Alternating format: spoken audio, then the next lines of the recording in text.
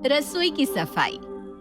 घर की जो रसोई होती है ना, वो सिर्फ रसोई नहीं होती, माँ अन्नपूर्णा का वास होता है यहाँ। इसलिए रसोई को कभी झूठा या गंदा नहीं रखा जाता। मैंने पूरे 30 साल अकेले ये रसोई संभाली है। अब ये रसोई मैंने तुम दोनों को दी जरूर है, लेकिन मनमानी करने का अधिकार नहीं दिया। इसलिए जो नियम है वो तो तुम दोनों को निभाना ही होगा। अरे दीदी, ऐसा कौन सा नियम टूट गया हमसे जो सासू माँ इतना गरज रही हैं? अरे अभी तो बस शुरुआत है, आगे आगे देखती जाओ क्या क्या होता है। सासू माँ का ये नियम है कि डिनर के बाद रसोई बिल्कुल चमकती हुई हालत में ही छोड़नी है। किचन का फर्श हो या डाइनिंग टेबल, सब कुछ बिल्कुल चमचमाता हुआ ही छोड़कर किचन बंद करना है। इसलिए डिनर के बाद बर्तन धोकर रैक में लगाने हैं और झाड़ू पोछा और डाइनिंग टेबल साफ करने के बाद ये अपने कमरे में जाना है। अरे भाभी, मुझे तो सुनकर ही चक्कर आने लग गया। आपको तो आदत होगी ना ये सब करने की, तो आप ही कर दिया करो। ऐसा है मेरी प्यारी देवरानी जी, मैं भी ना ये सब अपने मायके से सीख कर नहीं आई थी। जैसे मैंने सीखा वैसे ही तुम भी सीख लो। और काम करने से ही तो आता है ना, है? मैं तो इतने सालों से कर ही रही हूँ, अब तुम आ गई हो तो बहू होने के थोड़े फर्ज तुम भी निभा लो। भाभी, ये तो गलत बात है ना कि देवरानी आ गई तो सब काम उस पर ही छोड़ दो। घर की जिम्मेदारी अकेली मेरी ही तो नहीं है। देखो ईशा, इतने सालों में मैंने कभी माँ जी को कोई शिकायत का मौका नहीं दिया। 4 दिन काम तुम्हारे ऊपर क्या छोड़ा?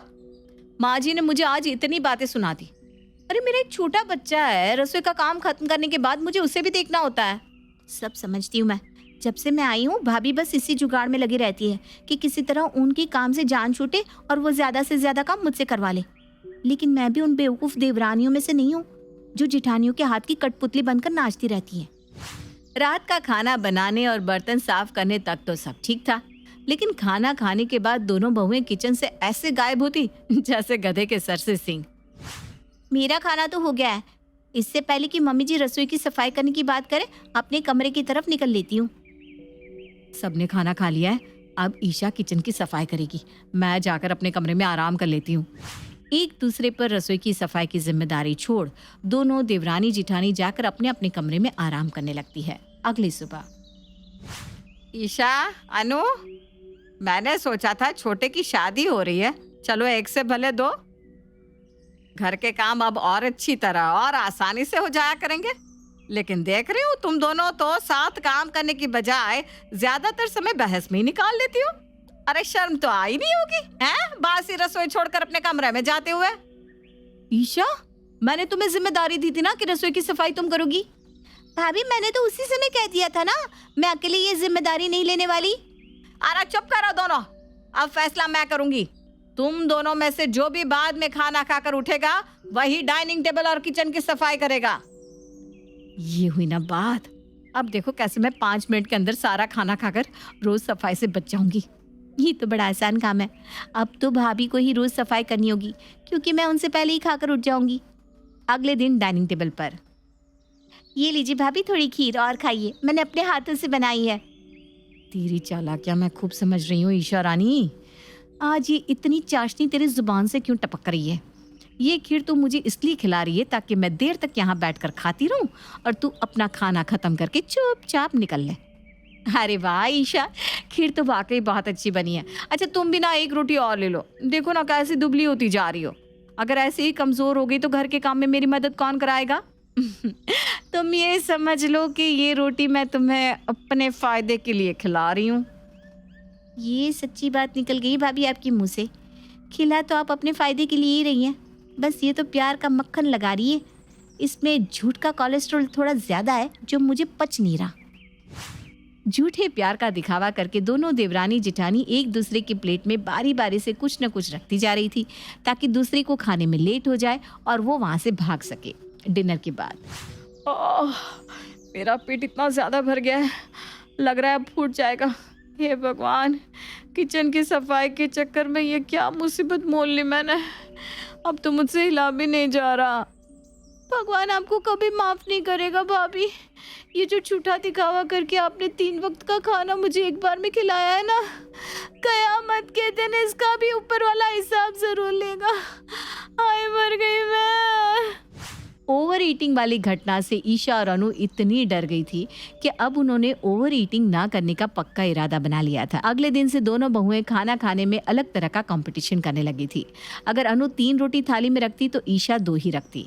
अनु 1 कटोरी सब्जी निकालती तो ईशा आधी कटोरी निकालती, ताकि उसका ही खाना पहले ही खत्म हो।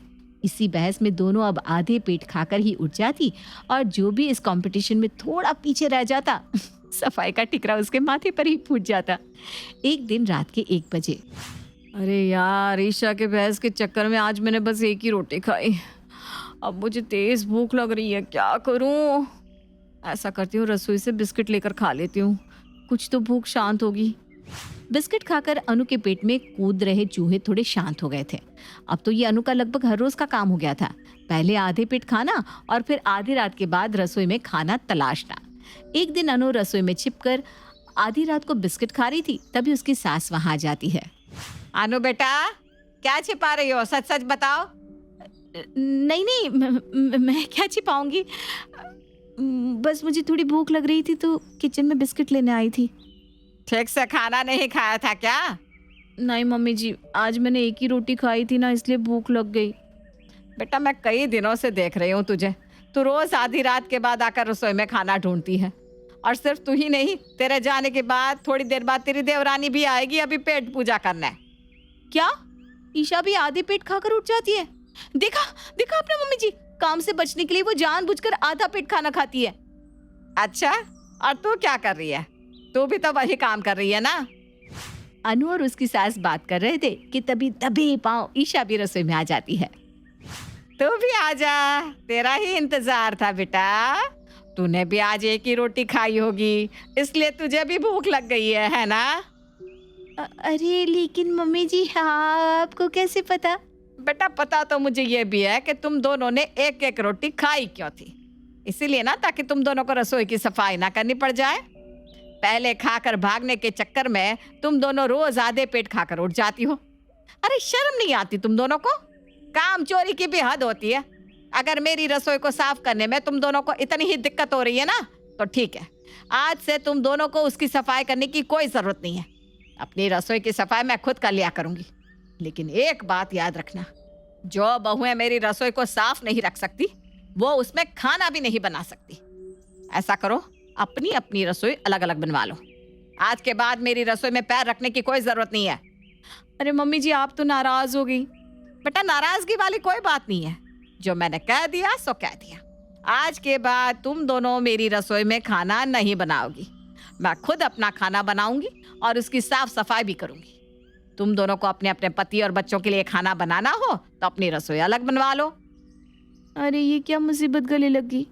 अब अगर अभिषेक को पता चल गया कि सफाई की वजह से मम्मी जी ने हमारी रसोई अलग की है, तो सारी बातों का बिल मेरे नाम पर ही फट जाएगा।